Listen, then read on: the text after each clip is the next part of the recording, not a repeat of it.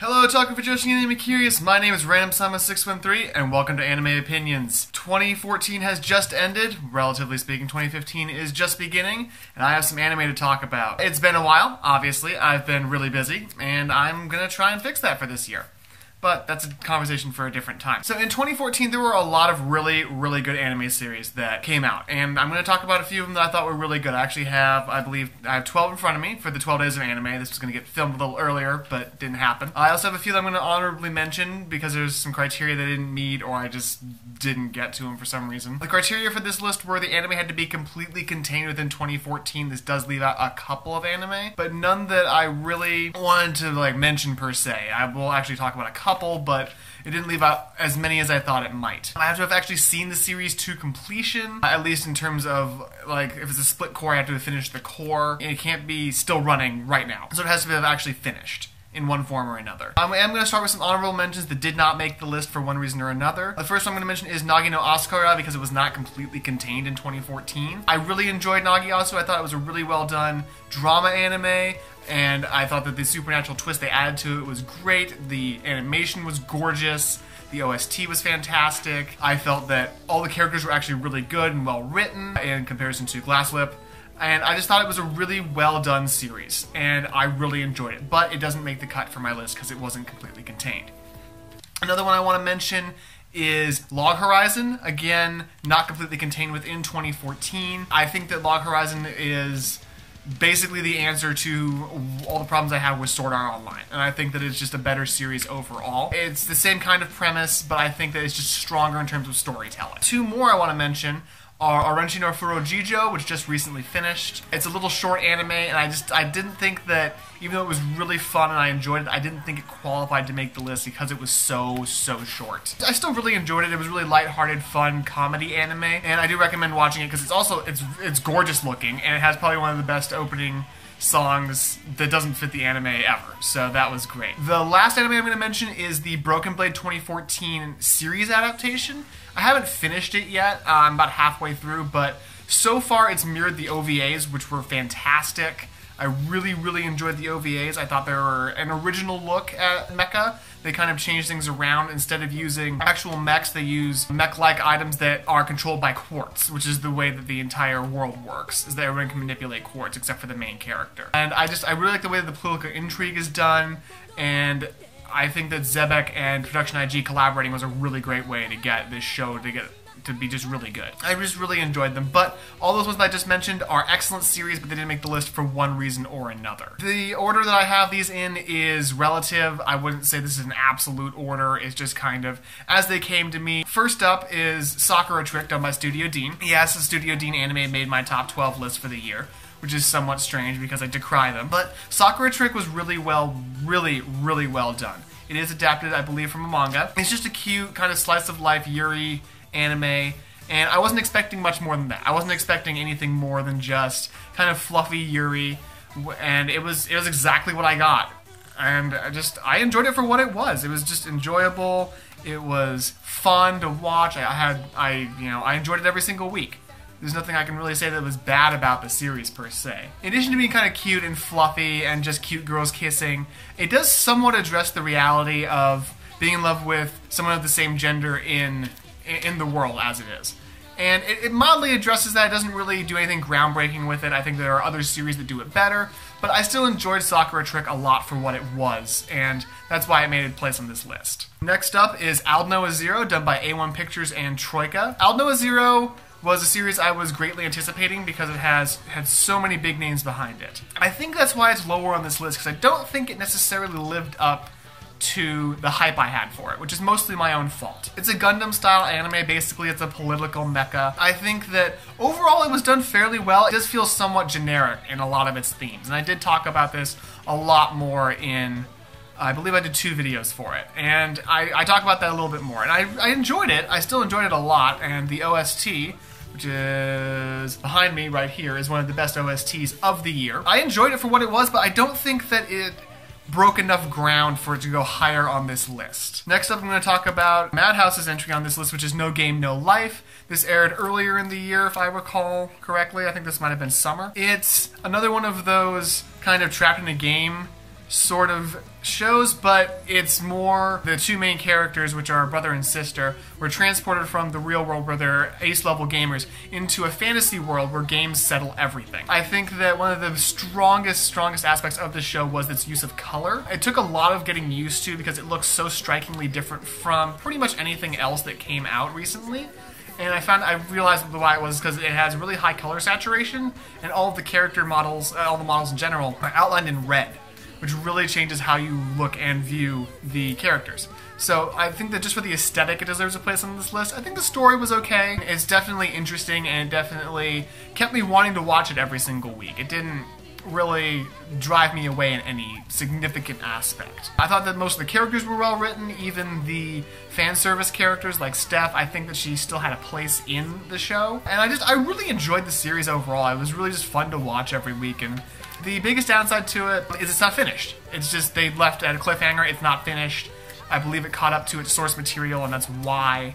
And that's a big downside for me. It's definitely a big drawback, but it's still enjoyable, and it was interesting to watch. So I do recommend checking it out, even just for how different its visual aesthetic is. Speaking of unique visual aesthetics, I'm going to talk about Tokyo Ghoul next. Tokyo Ghoul was the horror entry for this year because there wasn't a whole lot of horror anime, and there's never really a whole lot of horror anime. I don't count Pupa unless you count how horribly bad it was, because I also didn't watch it, and I also didn't watch Terraformars at all, which also isn't finished, so that couldn't make it on this list anyway. The horror aspect of it really comes more from how the main character, Ken Kaneki, deals with the fact that he's become a ghoul, who ghouls have to eat human flesh to survive. And I think that this series really deals more with how he comes to terms with that. It also has some great action sequences, it has a wonderful cast of supporting characters, and it's also very colorful. It has a lot of colorful aspects to it. And I noticed this a lot in 2014, is a lot of anime had some really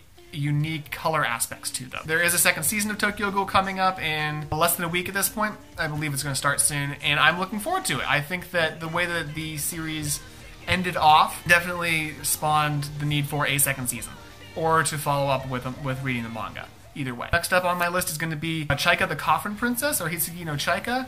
This did just recently finish its second season, which completely closed the loop. I make no secret of the fact that I just absolutely love the writer's work. He previously did a series called Scratch Princess, which I think is one of the most underrated series of all time. I have like a giant list of those, but Scratch Princess is definitely on that list. And his writing really does show through on this series, not as much as Scratch Princess. I think that it's a weaker series overall, but it's still very good, I think. Just the way that it builds its world, the characters are mostly interesting, although there are some quirks that kind of detract from it for me. The animation was kind of iffy in this particular case. This was done by Studio Bones, which the last series that the writer did was also done by Studio Bones. And I think that overall it was still a very strong series. I wouldn't say that it was the best of the year by any stretch of the imagination, but I still really enjoyed where it went, and I was still very happy with it. And I do recommend checking it out. Next on the list is going to be Mappa's entry, or one of Mappa's entries, which is Zankyo no Terror, or Terror in Resonance. I did see this initially at Anime Expo. I did make a video about that. And I had high hopes for this series, and I was not exactly disappointed. I wouldn't say that the ending was particularly good, but overall I think that Terror in Resonance did what it set out to do. It was a really great suspense anime. It really helped to humanize the other side of the coin, helped to humanize basically the terrorists in this case, and making you realize that they have motivations, they're real people. The OST, which sits right here, is probably the other one of the best of this year. The OST and then also the single, the OP single, are fantastic. I think they're extremely well composed. Yoko Kanno is a fantastic composer. I love all of her work, and this is no exception. The animation for it was also gorgeous, and it really helped to put Mappa into the scene, and it did exactly what it needed to do. It set them up as a powerhouse for animation and for storytelling, and I was not disappointed. I think that, as I said, I think that the ending could have been a little bit better, but I don't know exactly how. So it didn't make it higher on this list because I didn't like the ending as much, but it was still a really good series, and I highly recommend checking this one out as well. Next on the list is going to be another Slice of Life entry, which is kind of strange for me. I'm not the biggest fan of Slice of Life, and that is Barakamon, done by Kinema Citrus. Prior to this show, I didn't know who Kinema Citrus are. They're composed of ex-Production IG people, which explains why one of their first series was Black Bullet, which is not on this list because it wasn't particularly good, unfortunately. But Barakamon, on the other hand, is fantastic. It's very heartwarming, it's very sweet. It follows a calligraphy artist who punches an art director in the face after he's told that his work is kind of bland, and he ends up going to a remote island to try and kind of go into exile and reconcile what his problems are. And it's fantastic. It's so gorgeous. It looks really pretty. All the characters are interesting. I think one of the best characters is the foil to the calligraphy artist, and that is Naru. She's a little like 4-year-old girl, and she's actually voiced by a little girl, and that really drives home how good the character is. And it's really heartwarming and sweet. It's not the most groundbreaking series ever, but it's still really, really good. I really, really enjoyed it. Well, we've hit the top 5. Now we're getting to the best of the year as far as I'm concerned. The first up in this top section is Psycho-Pass second season. Now, I will say that I greatly enjoyed the first season of Psycho-Pass. I do own it. It was probably one of my favorite anime of that year, and it continues to be a fantastic anime that I recommend everyone check out because it's part of a genre. I classify it as cyberpunk, which is a genre that doesn't get a lot of attention and a lot of forays into in general, which is unfortunate because it's a really interesting concept. If you're not familiar with Psycho-Pass, first off, go watch the first season before you watch the second season because you do need to have knowledge of the universe for the second season to make any sense. It is a dystopian future where Japan is basically ruled by a collective computer system that judges people's propensity towards doing a crime and assigns you a hue called your Psycho-Pass. And if it goes above a certain level, you're going to end up getting tracked down and arrested and go to rehab or get locked up if your Psycho-Pass is too high. Basically, Season 2 was more of Season 1. It wasn't as good. I think that Season 1 had a much better villain and had a much better direction overall. But Season 2 was still very good. It had me on the edge of my seat every single week. I wanted to know where it was going. We never did get to see the one character who I was hoping we'd see from the first season. I'm not going to spoil who in case you haven't seen Season 1. But we never did get to see him. I think that the movie is going to deal with that more, which is one of my most anticipated series for 2015, is the movie. Season 2 of Psycho-Pass was more of Season 1, and I was completely okay with that. Number 4 on my list is Gekkan Shoujo Nozaki-kun, which was another slice of life anime, but it was more of a commentary on shoujo. It was a very, very well done commentary on shoujo. They basically took all the tropes and flipped around where they all were, which made it really, really interesting. It had a wonderful cast of characters. It was very colorful. I think that it is definitely one of the best slice-of-life-esque comedy series I've seen to date.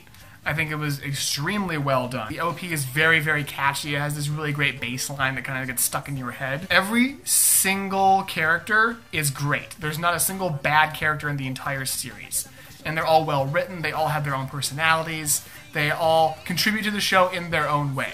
And for me, that is probably one of the greatest aspects of this show, is how well the characters are done. The animation looks really good, and I do recommend checking out Gekkan Shoujo Nozaki-kun because it's so much fun. That's really what it comes down to. It's a fun show. Now we're into the top 3, which is the most contested spots. This actually took me the longest to figure out how to order these 3. I didn't know exactly where I wanted them to fall, but I'm pretty confident with how these 3 turned out. So, the number 3 choice for my top 12 anime of the year was the Kawaii Complex Guide to Manners and Hostile Behavior, also known as Kawaiiso, which was done by Brainspace. It's a slice-of-life anime. It's relatively generic. It follows our main character, who starts living in this dorm because he wants to go to a specific high school and he wants to finish out his year in Tokyo. And it follows him and the cast of characters that live there, and the surrounding characters as well. The primary focus of the show is he's living in the same building as his high school crush, who he met on like his first day. And that is Ritsu Kawaii, who I believe is one of the most wonderful, adorable characters of any of the shows that I'm talking about on this list. She's shy, somewhat introverted, and she's a bookworm, and it's absolutely lovely. She's depicted fantastically. And it's a really heartwarming show. All the characters are really, really well written. From the office worker who is still single at, I think it's her late 20s, to the college student, to the older woman who runs the Kawaii Complex, to the somewhat strange and sexually deviant character who's actually very sweet and very nice, to the main character. They're all really, really well written. And the way that they interact and the comedy aspect of the show, in addition to the really sweet aspects of the show really balance each other perfectly, and it was so good. Number 2 on my list is Rage of Bahamut Genesis, done also by Studio Mappa. This show did not get a lot of talk. I haven't seen a lot of buzz about this show, and that's really disappointing because it was so good. It's a closed loop, so the 12-episode series is done. They can do more with it in the universe, but I think that this storyline is done. And it's set in a universe based upon, it's an online card game, I believe. And it's kind of a pseudo-medieval sort of spin on like the Joan of Arc tale, is the way I'll go with it, with a lot of like demons and angels and all this extra stuff. And a lot of fantasy elements. But the characters are also really good. The characters are fantastically written, as has every single show on this list been. All the characters are really well done. From Favaro, who is one of the main characters that we follow, he's kind of a puckish rogue, to Kaisar, who is a stuck-up kind of knight, but he has his own personal code of honor, and that really helps to drive him and give him a focus. To Amira, who is our primary, I'll call her the driving force behind the entire show, because she is the reason that everything occurs. To, I can't remember her name, but it's the necromancer Lolly. She is fantastic. She's another really great character. She's so much fun. And a lot of the comedic aspects of the show funnel into just the way that these characters interact and some of the things that they do. And they don't detract from the action sequences and how serious the show tries to take itself at times. And I think that it really blends it really well. I think that the plot is really cohesive. I think that it's from start to finish. There's no real downtime. There's no lulls per se. I think that it's really good all the way through. The animation quality is fantastic, and this is a show that if you enjoy even like the smallest amount of action and decent plot, you should watch this show. It is so very good, and I don't think that enough people were watching it. And then, for number 1 on my list, this should be no surprise to anyone who has watched any of my videos or read any of my tweets, is Fate Stay Night Unlimited Blade Works, done by Ufotable. Now, this franchise, in fact, is probably my favorite franchise of all time. I started watching it with the Studio Dean adaptation of the Fate Stay Night visual novel, which is not very good. I won't say it's terrible, but it has its moments, but it's definitely not very good. And it hooked me because of the way that it was presented, because of how the world was set up. And I have watched every single Fate adaptation since. I watched the Unlimited Blade Works movie in 2010, which was god-awful. It was terrible. I watched Fate Zero, I believe that was in 2012. That was probably the best Fate adaptation I've ever seen. It was amazing. So when it was announced that Ufotable was doing Unlimited Blade Works, which is one of the routes in the Fate Stay Night visual novel, as an adaptation, I was more than a little bit hyped. And I was not disappointed. This was probably one of the truest adaptations we could have gotten. It looks amazing. It lives up to Ufotable's standard of extremely high quality animation. The plot itself is exactly what I expected, being as I do have basic knowledge of what is coming. It's exactly what I expected, but it's a more in-depth plot. We've gotten 3 one-hour episodes out of it, which is almost unheard of unless you're doing a full 45-minute episode run with a whole series, which really helped to draw me in. This series was built to marathon.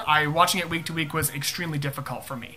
But all the characters are exactly what I wanted. Everything is exactly the way that I imagined it would be. And I think that just the cherry on top of the sundae for this was that at the end of the final episode, they have a new version of the original opening from the 2004 Studio Dean version. That song has always been a favorite of mine, and this is going to replace it. This new version will replace it, and it is that fantastic.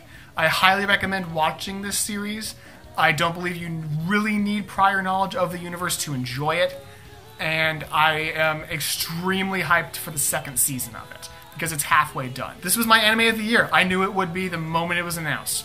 And this should come as no surprise to anyone, because Fate is my favorite franchise, and nothing will change that. So those are my top 12-ish anime of the year. What do you guys think? What were your top 12s? Go ahead and leave me a comment down below letting me know what you think. I apologize for there not being more videos. I've been extremely busy recently, and I'm hoping that will change eventually. If you do want to hear more from me in between videos, you can follow me on Twitter at randomsama613. I do tweet fairly regularly. I do live tweet episodes that I'm watching. I do still keep up on most anime. I just don't have time to film all the time. If you liked the video, go ahead and give it a like. If you didn't, by all means, go ahead and dislike it, but go ahead and leave me a comment down below letting me know what you didn't like, what I can improve upon.